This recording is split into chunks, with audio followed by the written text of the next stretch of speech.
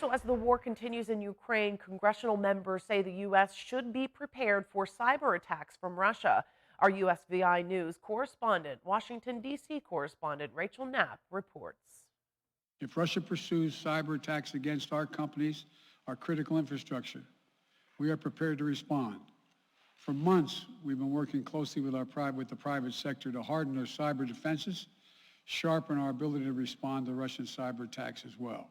After rolling out heavy sanctions against Russia after they invaded Ukraine, President Biden says they've seen cyber attacks from Russia on Ukraine, trying to mislead people about the Ukraine situation.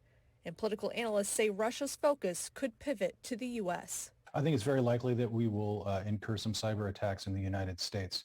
It's always difficult to know when these are going to come, and it's also difficult to know what our own intelligence agencies have been able to fend off because they don't want to reveal their methods and practices. Senator Kirsten Gillibrand says although they haven't seen any cyber attacks on the U.S. public or private sector from Russia, we should be prepared.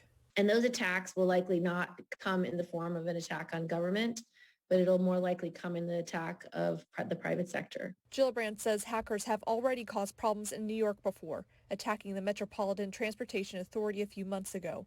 Now she's pushing for additional funding to build our cyber infrastructure.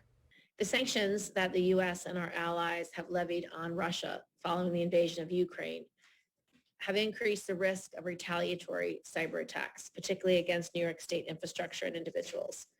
The United States must act quickly to strengthen our cyber defenses to counter any unwarranted and unprovoked Russian aggression.